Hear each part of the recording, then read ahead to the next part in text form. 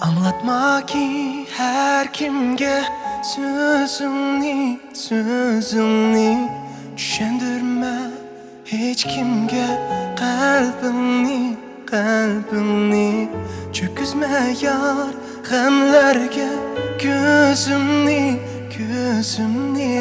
Kılmağın har söygümnün kadrini Bilindirme hiç kimge özümni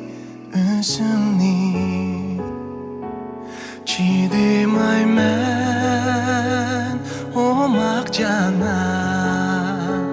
Çiğdimay men otunda yar Çiğdimay men amrak sana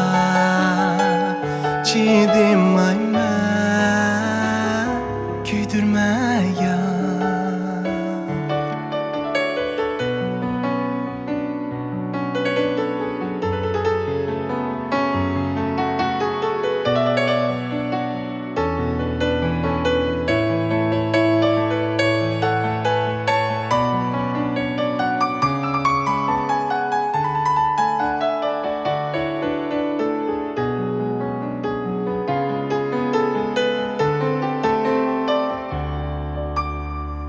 Gözlerimge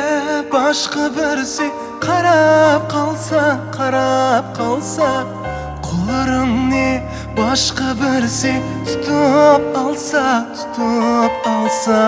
Sözleringge teşne yürek zarlap qalsa Yollarımni başka birisi tutup alsa Ləbləringə başqa birisi Süyüb